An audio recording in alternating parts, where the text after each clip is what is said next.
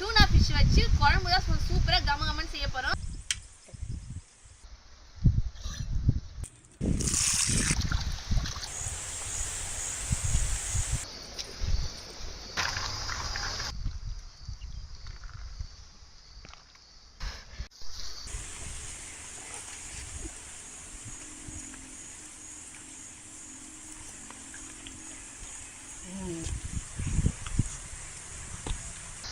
செம்ம டேஸ்ட்டு.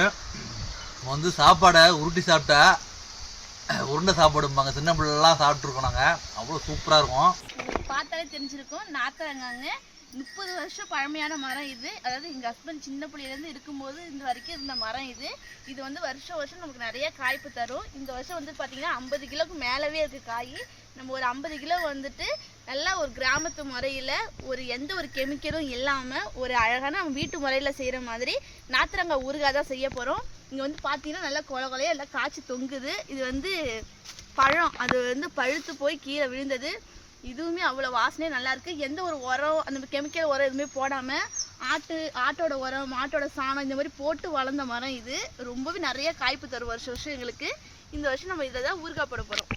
யாருக்கெல்லாம் ஒரு சூப்பரான எந்த ஒரு கெமிக்கலும் கலக்காத ஒரு நாத்தரங்காய் ஊறுகாய் வேணுமோ அவங்க இந்த நம்பருக்கு கால் பண்ணியோ வாட்ஸ்அப் பண்ணியோ நீங்கள் ஆர்டரை ப்ளேஸ் பண்ணிக்கலாம்.